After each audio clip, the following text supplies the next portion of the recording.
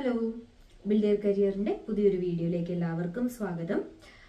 Supreme കോടതി junior court assistant vacancy details നിങ്ങളുമായിട്ട് share ചെയ്യാനാണ് ഇപ്പൊ ഈ ഒരു വീഡിയോ ചെയ്യുന്നത്.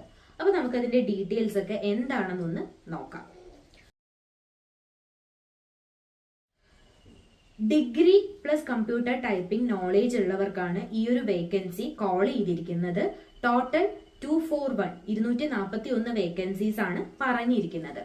അതിനകത്ത് ഏജ് എന്ന് പറയുന്നത് 18 മുതൽ 30 വയസ്സ് വരെയാണ് ഏജ് പറഞ്ഞിരിക്കുന്നത്. SC ST എക്സ് സർവീസ്മാൻ ഇവർക്കെല്ലാം ഏജ് കൺസെഷൻ ഉണ്ടാവുന്നതാണ്. എക്സാമിന്റെ ഡീറ്റെയിൽസ് നോക്കുകയാണെന്നുണ്ടെങ്കിൽ 3 സ്റ്റേജാണ് എക്സാം ഉള്ളത്.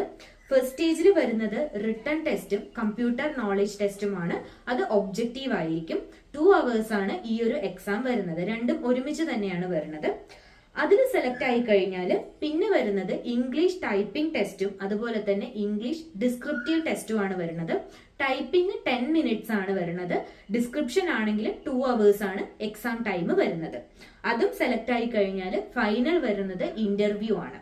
അപ്പൊ ഇത്രയുമാണ് എക്സാം ഡീറ്റെയിൽസ് ഉള്ളത്.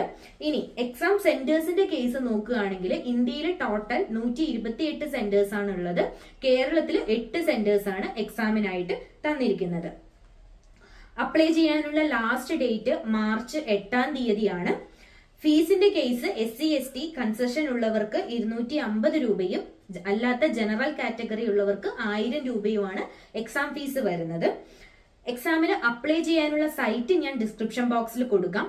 അപ്പൊ ഈ ഒരു വേക്കൻസി നിങ്ങൾക്ക് എല്ലാവർക്കും യൂസ്ഫുൾ ആവും എന്ന് തന്നെയാണ് നമ്മുടെ വിശ്വാസം. എത്രയും പെട്ടെന്ന് ക്വാളിഫൈഡ് ആയിട്ടുള്ള ആൾക്കാർ എക്സാമിന് അപ്ലൈ ചെയ്യാം. നല്ല രീതിയിൽ തന്നെ പ്രിപ്പറേഷൻസ് സ്റ്റാർട്ട് ചെയ്യാം. നമുക്ക് അടുത്തൊരു വീഡിയോ ആയിട്ട് കാണാം. അതുവരേക്കും താങ്ക്